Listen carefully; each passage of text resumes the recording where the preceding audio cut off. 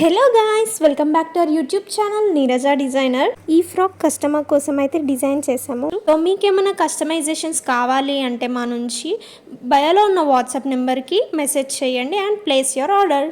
ఈ pretty frock cutting and stitching అయితే నేను చాలా సింపుల్గా మీకోసం ఈ వీడియోలో ఎక్స్ప్లెయిన్ చేశాను. సో వీడియో ఎండ్ వరకు చూసి అవుట్పుట్ ఎలా ఉందో కామెంట్ చేయడం అసలు మర్చిపోకండి. And do like, share, subscribe our YouTube channel. ఈ dress main material cotton fabric, lining and main fabric రెండు 3 మీటర్స్ యూస్ చేశాను. ఫస్ట్ లైనింగ్ ని 4 ఫోల్డ్స్ చేసుకోవాలి. అండ్ నెక్స్ట్ ఒక కార్నర్ కి ఇలా స్ట్రైట్ లైన్ మార్క్ చేసుకొని అక్కడ నుంచి బాడీ లెంత్ మార్క్ చేసుకోవాలి. యాక్చువల్ బాడీ లెంత్ వచ్చేసి 13 ఇంచెస్ ప్లస్ 1 ఇంచ్ యాడ్ చేసి 14 ఇంచెస్ మార్క్ చేశాను. బాడీ లెంత్ మార్కింగ్ అయిపోయాక షోల్డర్ లెంత్ అయితే మార్కింగ్ చేశాను 0.5 and then arm hole deep 7 inches కి మార్క్ చేశాను. ఇప్పుడు ఆర్మ్ హోల్ కర్వ్ కోసం ఎల్ షేప్ అనేది ఇలా నేను చూపిస్తున్నట్టు మార్క్ చేసుకొని ఆ తర్వాత అక్కడ ఇలా క్రాస్ గా మార్క్ చేసుకోవాలి. అదే ఆర్మ్ హోల్ కర్వ్ అన్నమాట.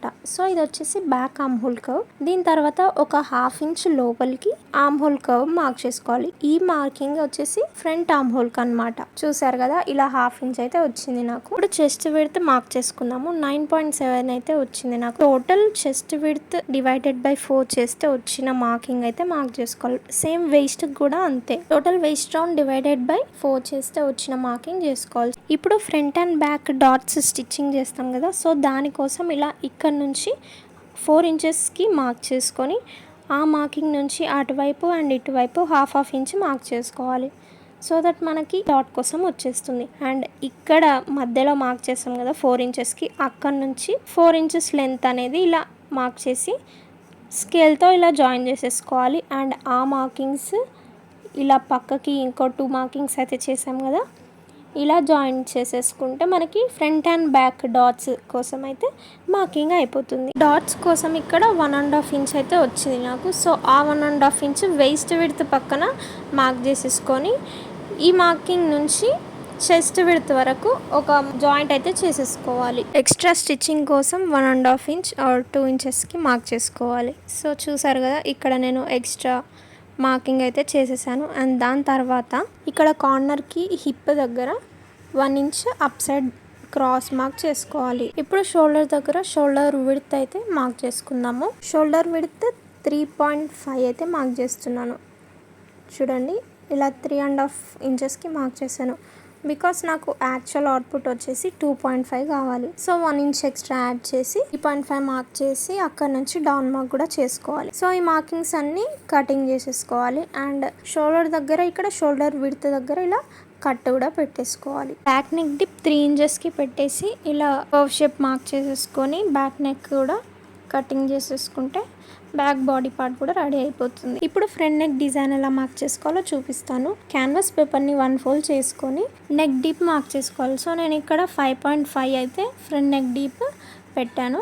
అండ్ దాని తర్వాత ఆ మార్కింగ్స్ జాయిన్ చేసుకొని నెక్ విడ్త్ 3 ఇంచెస్కి మార్క్ చేశాను. నెక్ డీప్ దగ్గర ఒక 2 పాయింట్స్ తగ్గించి మార్క్ చేయాలి. బికాస్ ఇది స్క్వేర్ నెక్ కాబట్టి షోల్డర్ దగ్గర కన్నా కింద నెక్ డీప్ దగ్గర 2 పాయింట్స్ తగ్గియాలి. ఆ మార్కింగ్స్ జాయిన్ చేసి నెక్ డీప్ దగ్గర నేను స్క్వేర్ లాగా ఉంచకుండా కొంచెం కట్ వర్క్ పెడుతున్నాను. సో ఇలా చిన్న కర్వ్ ఉన్నదైతే నేను తీసుకున్నాను. సో కటింగ్ చేశాక అవుట్పుట్ అలా ఉంది. ఇప్పుడు మెయిన్ క్లాత్ ని 4 ఫోల్డ్స్ చేసుకొని మన బాడీ పార్ట్ కట్ చేసుకున్నాం కదా, అది ఇలా ప్లేస్ చేసి కటింగ్ చేసుకుంటే front and back body parts కి మెయిన్ క్లాత్ అనేది రెడీ అయిపోతుంది.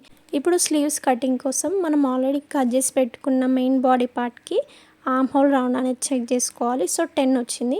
ఇప్పుడు స్లీవ్స్ మార్కింగ్ కోసం మెయిన్ క్లాత్ని 4 ఫోల్డ్స్ చేసుకొని యాక్చువల్లీ హ్యాండ్ లెంత్ వచ్చేసి 11 ఇంచెస్ ప్లస్ 1 ఇంచ్ యాడ్ చేసి 12 ఇంచెస్కి మార్క్ చేసుకున్నాను. హ్యాండ్స్కి పైన అండ్ కింద 2 సైడ్స్ రఫుల్స్ పెడతాను కాబట్టి ఆ రఫుల్స్ కోసం ఇలా ఎక్స్ట్రా 3 ఇంచెస్ మార్క్ చేసుకుంటున్నాను. అక్కడ నుంచి మన ఆర్మ్ హోల్ లెంత్ ఏదైతే ఉందో ఆ మార్కింగ్ చేసుకోవాలి. సో నాకు ఇక్కడ ఇంకా క్లాత్ సరిపోలేదు. తర్వాత నేను క్లాత్ యాడ్ చేస్తాను. ఇంకా ఎంత కావాలో ఆ క్లాత్ అయితే యాడ్ చేసుకోవాలి. సో అక్కడ నుంచి ఆర్మ్ హోల్ లెంత్ అనేది మార్క్ చేసుకోవాలి. సో చూసారు కదా, అక్కడ నుంచి 10 ఇంచెస్ అండ్ ఈ కార్నర్లో ఆర్మ్ హోల్ డీప్ 3 ఇంచెస్కి మార్క్ చేసుకొని ఇలా కర్వ్ అనేది జాయిన్ చేసుకోవాలి. ఆర్మ్ హోల్ కర్వ్ రెడీ అయిపోతుంది మనకి. అండ్ దాని తర్వాత కింద బాటమ్ దగ్గర కూడా ఆ మార్కింగ్ నుంచి 6 ఇంచెస్కి మార్క్ చేస్తున్నాను, ప్లస్ 2 ఇంచెస్ ఫర్ స్టిచ్చింగ్. ఇక్కడ మనకి పైన కొంచెం పఫ్ అనేది రఫుల్ అనేది ఇలా లేచినట్టు మంచిగా రావాలి అంటే ఇలా ఒక 3-4 ఇంచెస్ అనేది పెట్టుకోవాలి. అప్పుడు మనకి ఆ రఫుల్ అనేది మంచి లుక్ వస్తుంది. ఆ తర్వాత ఆ మార్కింగ్ కూడా జాయిన్ చేసుకొని ఇలా కటింగ్ చేసుకోవాలి. మనకి స్లీవ్స్ అయితే రెడీ అయిపోతుంది. ఇప్పుడు రిమైనింగ్ మెయిన్ క్లాత్లో ఫ్రాక్కి కింద 2 లేయర్స్ అయితే పెట్టాము కదా, సో దానికోసం కట్ చేసుకుందాము. మెయిన్ క్లాత్ని 4 ఫోల్డ్స్ చేసుకొని పెట్టుకోవాలి. ఆ తర్వాత ఒకటేసారి కటింగ్ చేసేసుకుంటే అయిపోతుంది. ఫస్ట్ లేయర్ లెంత్ వచ్చేసి 25.5 ఇంచెస్కి అయితే మార్క్ చేస్తున్నాను. సో ఫస్ట్ లేయర్ మీరు ఎంత అయితే పెట్టుకోవాలనుకుంటున్నారో దానికి ప్లస్ 2 ఇంచెస్ యాడ్ చేసి మార్క్ చేసుకోవాలి. సో అలా మార్కింగ్ అయిపోయాక ఇప్పుడు సెకండ్ లేయర్కి మార్క్ చేసుకుందాము. కింద రిమైనింగ్ దాంట్లో 2 లేయర్స్ మార్క్ చేసుకుందాము. ఒకటి ఫ్రంట్కి ఒకటి బ్యాక్కి వచ్చేస్తుంది second layer. Second layer cloth ఎప్పుడైనా ఫస్ట్ లేయర్ కంటే ఎక్స్ట్రా ఉండాలి. సో ఇక్కడ నేను ఫస్ట్ లేయర్ కట్ చేశాను కదా, దాంట్లో ఫ్రంట్ అండ్ బ్యాక్ బోత్కి వచ్చేస్తుంది క్లాత్. బట్ సెకండ్ లేయర్కి మాత్రం కింద మిగిలిన క్లాత్లో 2 లేయర్స్ కట్ చేస్తున్నాను, ఒకటి ఫ్రంట్కి ఇంకొకటి బ్యాక్కి. ఫస్ట్ లేయర్ కంటే సెకండ్ లేయర్ క్లాత్ డబల్ ఉంటుంది అన్నమాట. అప్పుడు మనకి రఫుల్స్ అనేది ఎక్కువ వస్తుంది, ఫ్రాక్ లుక్ కూడా చాలా బాగుంటుంది. ఇప్పుడు కట్ చేసిన ఈ 3 పీసెస్లో 2 పీసెస్ సెకండ్ లేయర్ కోసం. సో ఈ 2 పీసెస్ అనేది సెకండ్ లేయర్కి. అండ్ ఇప్పుడు ఈ ఫస్ట్ లేయర్ని హాఫ్గా ఫోల్డ్ చేసి కట్ చేసుకోవాలి. సో మనకి front first layer and back first layer ready అయిపోతుంది. అలా కట్ చేశాక మనకైతే 4 పార్ట్స్ అయితే వస్తాయి. సో 2 పార్ట్స్ వచ్చేసి ఫ్రంట్ ఫస్ట్ అండ్ సెకండ్ లేయర్కి అండ్ మిగతా 2 బ్యాక్ ఫస్ట్ అండ్ సెకండ్ లేయర్కి. ఇప్పుడు లైనింగ్ క్లాత్ కట్ చేసుకుందాము. మనం ఎప్పుడైనా సరే bottom lining part main bottom cloth కంటే 2 ఇంచెస్ తగ్గించి మార్క్ చేసుకోవాలి. సో నాకు ఇక్కడ 31 ఇంచెస్ వచ్చింది టోటల్. అలా front and back bottom lining part అయితే కటింగ్ అయిపోయింది. ఇప్పుడు స్టిచ్చింగ్లోకి వెళ్ళిపోదాం. ఆల్రెడీ కట్ చేసి పెట్టుకున్న లైనింగ్ పార్ట్స్ మెయిన్ క్లాత్కి అటాచ్ చేసుకోవాలి, ఓవరాల్ కార్నర్స్కి. ఆ తర్వాత ఫ్రంట్ అండ్ బ్యాక్ బాడీ పార్ట్స్కి ఇలా డాట్స్ స్టిచ్ చేసుకోవాలి. స్టిచ్ చేశాక డాట్స్ ఇలా రెడీ అయిపోతాయి. ఇప్పుడు ఫ్రంట్ నెక్ స్టిచ్చింగ్ ఎలా చేసుకోవాలో చూపిస్తాను.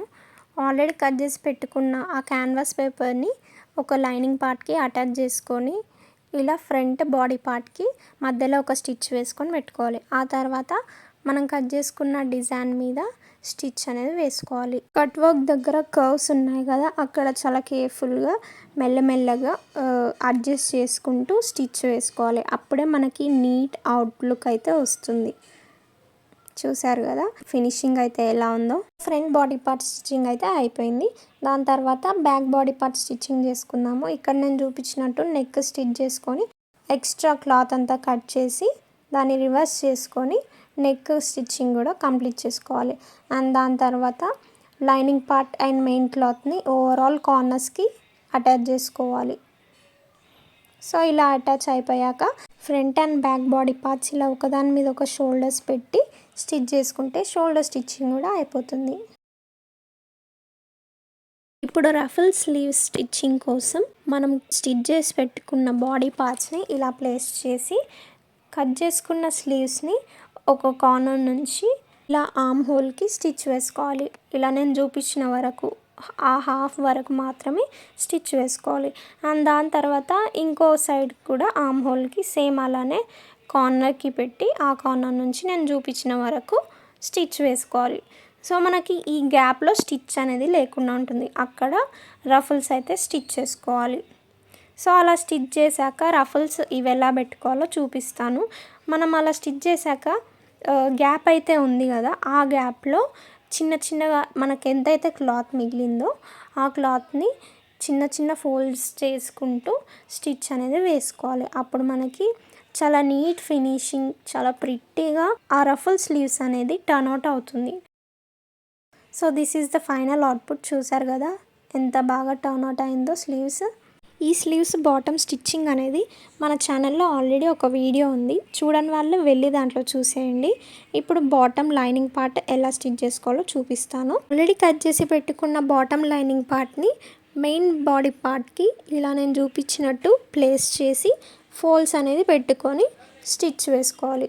ఇలా 1 ఫోల్డ్ అనేది చేసుకొని స్టిచ్ వేసుకుంటే మనకి చూసారు కదా అవుట్పుట్ అయితే ఎంత నీట్గా వచ్చిందో. ఫ్రంట్ బాడీ పార్ట్కి అండ్ బ్యాక్ బాడీ పార్ట్కి 2 బాడీ పార్ట్స్కి అలా లైనింగ్ అయితే అటాచ్ చేసుకోవాలి.